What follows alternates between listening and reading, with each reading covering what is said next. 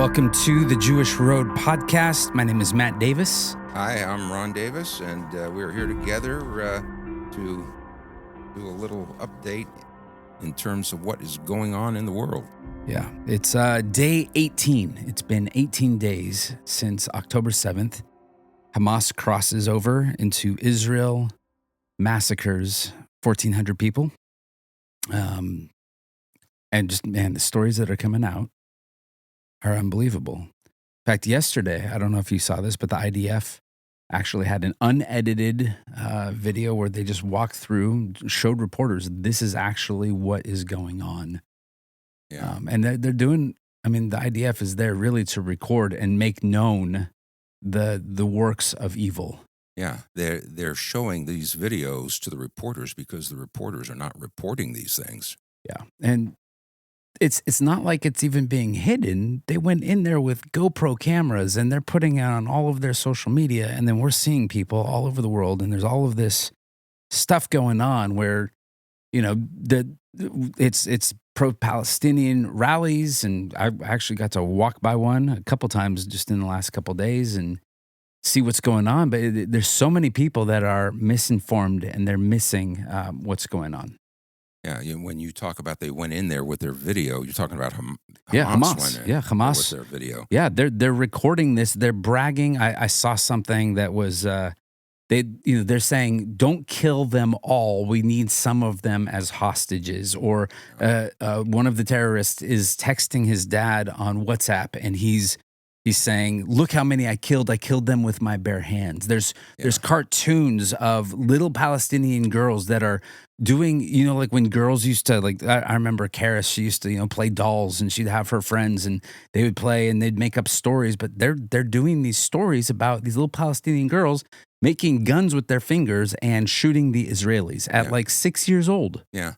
I even read an article about the Hamas people. If they took a hostage, they would be paid $10,000 and given an apartment. Yeah.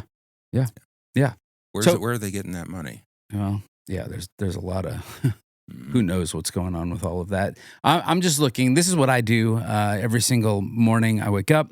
I have about 5, 6, 7 messages coming in from friends on the front lines in Israel through WhatsApp and get caught up there. But I'm getting a lot of questions from people saying, well, where can I go for reputable sources of news? Because we want to know what's happening. And one of the things that we're trying to do with the Jewish Road is, we started this whole thing by saying, the Jewish Road, it's like a 2-act play. And all the Jews, they bought tickets to this 2-act play. They went to the first act, got up intermission, grabbed a drink, and went home. Right. And then we say all the Christians, they bought tickets to the same 2-act play. They get there late. They pass the Jews in the lobby and they see the second act of the play. Nobody's seen or heard the whole story. We're telling the whole story. And little did we know that telling the whole story meant that we have to actually tell the whole story. That there's a big part of the narrative that is missing in all of this. Yeah. There's a part of the story that I think a lot of people are not being told. They're not getting the whole part of the story that we're talking about. That is, how the scripture impacts the days that we're living in right now, and how Israel is central to all of those things. Yeah, it's just look at this. All right, I'm just going to show you just a couple things, and I think the answer to my question, or the question that we're getting, is I look at everything. If you're asking me what I'm looking at, I look at all of the news sources because I'm very interested in the story that everybody's telling. I want to hear what are they. So this is Fox News. This is live right now. I'm not doing any editing. Here's Fox News live updates. Americans under fire. U.S. troops attacked repeatedly in the Middle East as war between Israel and Hamas escalates. We have a picture of the UN. The Israeli UN ambassador demands that the UN Secretary General resign after a shocking speech. Right. Then let's go to CNN. And we're still looking for a Speaker of the House. There's always something for Trump on there, of course. We have a released hostage. It said, "I went through hell." Let's go to Al Jazeera. Do you watch Al Jazeera all the time? Not too much. Yeah. So we have the World Health Organization calling for fuel deliveries as Gaza health system nears collapse. And what I see here is there's some video going on that says that there are Palestinians obviously being injured, and it's because they're not letting their people get out of harm's way. They're using them, and of course, there's like pictures here of poor little Palestinian kids all bandaged and injured because they're being used right there on the front lines. How about the BBC? UN chief says clear violations of humanitarian law in Gaza. Well, that's good. Glad they got that. Let's go to the Israeli reports in Jerusalem Post. Israel faces rocket fire from Syria. So we're seeing this northern entry, right? We're seeing rockets and mortars. North and the northeast, yeah. And this has been anticipated. I even read, a news report where I think the United States took out some rockets that were heading to Israel. Yeah, this is the thing. And the threat that's on the table right now is Israel. If you go into Gaza, which is down in the south, then we up in Lebanon and Syria, we're going to come down in the north. They've already cleared a perimeter all the way along the northern border. I think it's 2 miles in. They've evacuated all of the residents because they don't want to see the same thing happen in the north that just happened in the south. Yeah, and I just listened to a news report, since we're talking about news reports, where Biden was asked a question, and he said it was about ceasefire. And he said, first release the hostages, then we'll talk about a ceasefire. But I think that is completely off the charts in terms of what Israel needs to do in the situation here. Yeah. So that's the Jerusalem Post. And even one of the headlines here is Hamas fires barrage at Tel Aviv. And this is real time because actually we have a friend. She and her daughters are needing to get out of Israel. They're in harm's way. And as we're speaking, actually right now is this moment, they are at the airport in Ben Gurion in Tel Aviv, and they're trying to get out. But the biggest fear is, and what we've been praying for them today is that they would not be having rockets coming and at them as they're trying to take off. I mean, can you imagine what that's like 1 a.m. in Israel? Here is Haaretz, the land, and IDF spokesperson, fuel will not enter Gaza. IDF thwarts terrorists attempting to infiltrate from the sea. Holy moly. Holy moly. So there's a lot going on. I even noticed, I think today I feel angry about everything. I'm just kind of fed up, and it's only 18 days in. I have been having a hard time even wrapping my head around the atrocities that are taking place there. And then you have a whole segment of media that doesn't even cover these things, or if they do, they don't cover it accurately. And what we can see the world's animosity and hatred for Israel, sad to say, is not going away. In fact, it's getting even worse. And all you have to do is look around at social media and look at the mainstream news media, and we can see that the attitude toward Israel is changing, from what it was even just a couple of years ago. There's a growing negative position toward Israel among many of the nations and the peoples compared to how they felt in the past. And this is important. It's not just the people out there. It's the indifference of the church. In fact, somebody wrote us. We've been getting lots of messages from all over the place. People are asking, but somebody sent us a message this weekend and said, I tried to talk to my pastor, and she's out there in the Midwest somewhere, but I tried to talk to my pastor about this, and he just didn't really have a response. Yeah. And you and I, we've had this the pastoral gaze that just goes right past you. Like, I'm just gonna have to get through the rest of this conversation so that I can get on to something I really actually care about. Right. But I think there's two things, and how we responded was, I think there's two things that are going on in the church. And I saw it's on your desk. You have that book, Christian Anti-Semitism. Yeah. And there's a blatant form of anti-Semitism, but there's also this sin of keeping silent and not caring. So the two things I said that we really have to watch for in the American church. And I want to also let it be known that I'm not saying this as a Jew outside of the Christian church in America, pointing my finger at it. That was something, and it's still something that I am a part of for many, many years. I was in the sausage factory making the sausage for many, many years, and I know how the church works. Yeah, well, we are, as believers and as followers of Yeshua, Jesus, we are a part of the body of Messiah. Yeah. But that doesn't mean we can't be critical when it needs to be. No, absolutely. So I said two things. One was indifference. Right. This indifference that shows up that people just don't really like. Okay, well, they're over there. They're doing their thing. I'm sure it's going to iron itself out. Indifference. We just don't care. And I know the other one that you're going to say is just plain ignorance. Ignorance. That's right. And I like that they both start with I. By the way, it makes me happy. Yeah. But yes, ignorance, and it is this thing that I think that pastors don't touch this with a 10-foot pole. There's some that are absolutely killing it. And we've been watching some of those guys. They're doing a great job of defining and explaining this. But that ignorance card is huge because we've both gone through seminary. It doesn't get taught. No, it doesn't get taught at all. And, I remember sitting in a New Testament survey class, and the professor would teach on a particular area and passage and all. And he would look to me in the back of the class and he'd say, "Is that right?" Yeah. And, it was friendly. And he wanted to make sure that he was representing a correct Jewish position, looking at scriptures through a Jewish lens, which is what we try to do here with Act 1 and Act 2. Yeah, that's right. So that ignorance piece, and we've talked about this.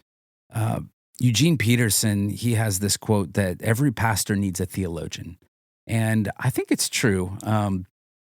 That there comes a point in time, like when you've been in ministry and you've been a pastor for like, let's say 10 years, that there's an expectation that you kind of know what you're talking about.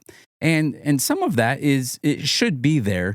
And on the other side of that, though, is that there's not a safe place for a pastor to go to ask a question when they have a question. Yeah. Because there's shame involved, and I certainly don't know everything. You're the only person I know that knows everything. Just ask you. Well, I start those rumors. Yeah.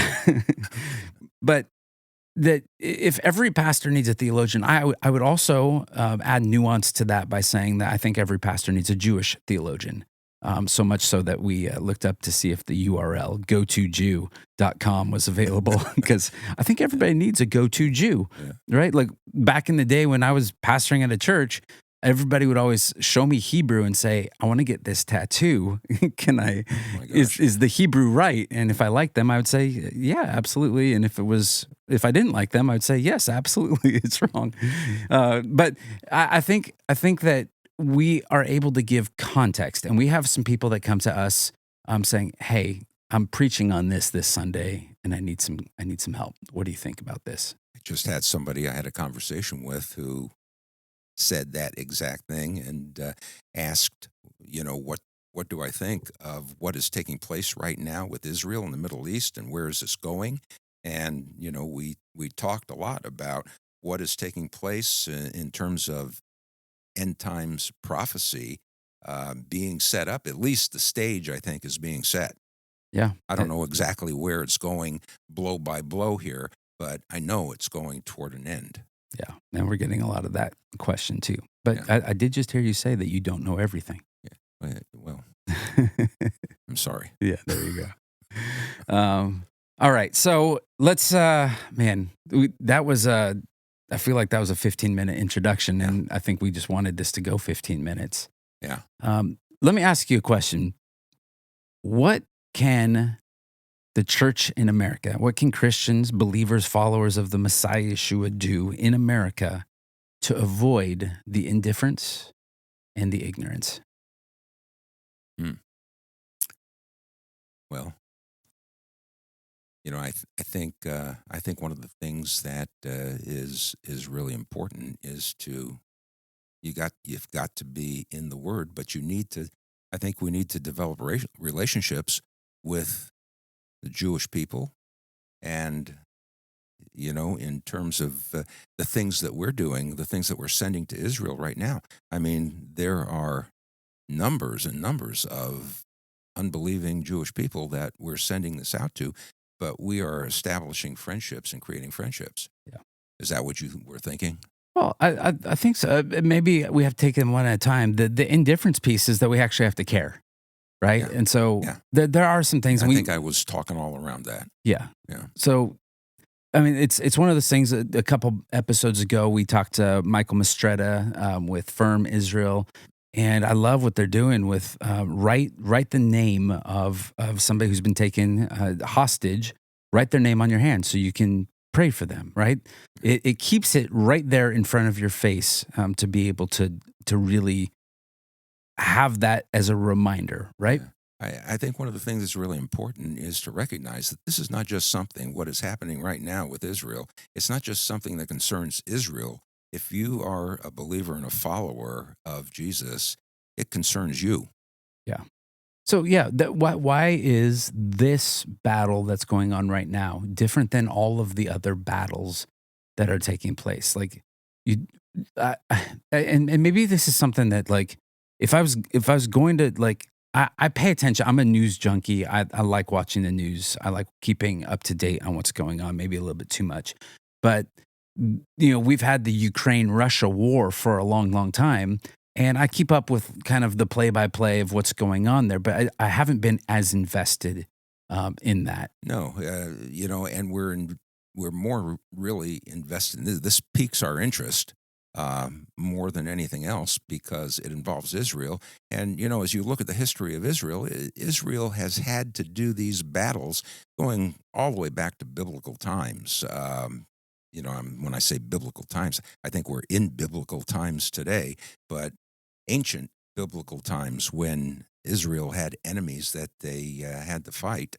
And we're at that stage again in our world history where we are seeing things moving toward an end. I think Satan is bent on the total destruction of every Jew in the world, and that's what the the proclamation of these enemies of Israel today, right now, this moment, are taking up. They're taking up the destruction of Israel, and that's Satan's whole goal. And If that's you a can destroy the Jews, then Yeshua, Jesus, has nobody to come back to because they're the covenant people. Yeah, and we'll have to let's put a bookmark in that because I think that that's an important piece that we got to hold on to. And then overcoming the ignorance piece, I think that that's why we started this to begin with. Yeah. I think the whole Jewish road bit is what really started because we how we talk and how we look at the Bible is just different than what a lot of people are getting. And so we have a lot of people that are showing up and saying, you look at this differently. And so to overcome the ignorance piece is there's a lot of, and we're not the only people doing it. And we didn't make all of this up ourselves, although we do have a couple things that we've come up with. But I do think that it is incumbent upon us as the believing community to know what it is we believe and why we believe it. Yeah, I mean it is. We've spent so many centuries, I would say, in viewing Scripture as something that in New Covenant theology is completely and separate apart from Israel, and yet uh, God is at the center of, or Israel is at the center of the heart of God in all that is taking place. He has sustained his people outside the land for 2,000 years and now has brought them back, with the same language, the same religion. Uh, and he's going to fulfill his promises and bring them to a completion in salvation, which is where all of this is heading today. But, I think by and large, that has not been a focal point, although I remember when I was doing a lot of studies, series of studies like in the book of Zechariah and so on, I came across um, commentators. One of them, David Barron, was a Messianic Jewish commentator, wrote a commentary on the book of Zechariah. He wrote it in the early 1900s, late 1800s, and it was before Israel was even a nation, obviously. It was before World War I. And he took a literal approach to the scripture, and as a result, he stated that Israel is going to be back in the land, and this is all going to head to the end, that God is going to bring salvation to them. But it requires, as a remedy for the ignorance, it requires a knowledge of the what do we say, the interpretation, a specific interpretation, a literal interpretation of the scripture. Yeah, it's good. You know, at this point, I don't even think we didn't even get to what we planned on talking about. We had one thing in mind, Never got there. and we didn't get there. But I think it's a good time to stop here. All of this to say, we are working on a plan to be able to jump on, and we're trying to just figure out how the logistics of it. But I think it'll probably end up being like a Zoom call where people can jump in, and we would walk through, because there's questions that are coming up that are good questions. And I think that we've put together all the stuff that we've learned. It is not really come from seminary. It's come from people who've invested and taught us. It's come from a potpourri of lots of different books. But we want to be able to take some of this and give people an understanding. Like when some people say, like Israel is occupying the land, that colonialism strikes its ugly head again.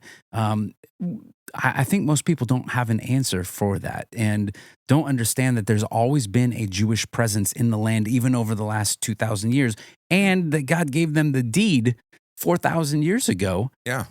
They are the indigenous people to that land. Right. And really, the deed to the land that you're talking about that God gave to Abraham, it encompassed much more than that little sliver that we say is the size of New Jersey. It was something along the lines of 300,000 square miles. Yeah, and we have some maps coming up that we'll be working on getting out there for you all. In fact, I think if you check our social media today, we're actually working on some of that. But that we just stay tuned for some announcements with that up and coming, because what we'd like to do is jump on a Zoom call, be able to see some of your faces, and to just have a little bit more interaction, and maybe do something semi-regularly to be able to, especially in this season, to jump in and to be able to help out. So stay tuned for all of that. Again, we just want to remind you too that we are working on really a campaign of generosity that is really just coming from many of you that are just saying we care, and there is a lot going on that you care about, and you want to invest. And so we're looking, as we've talked about, Project Bulletproof that has happened, and we raised that money, and it's off in Israel, and things are happening. Amir has been very quiet lately. I think that there's a lot of stuff going on there. He just hasn't been able to respond. But the new project is Project Shield, and we're looking for those medium and long-term. How do we actually have a reserve of money that is ready to go at a moment's notice, because the needs are going to change? Yeah. It's not going to be over with as soon as they, get rid of Hamas. No. So at this point today, there's still not a ground invasion. At this point today, there are some special operations units that are going in there. The fronts are opening up in the north, and even right there in the middle in the West Bank, there's been a lot of activity there, and we just don't know what's happening next. Yeah. But we know that the Lord is good, and He is going to be there in all of it. So thanks for listening. And we appreciate you being here. We appreciate your support, and remember to pray for the peace of Jerusalem and the people there, especially now. Yep. Thanks for listening.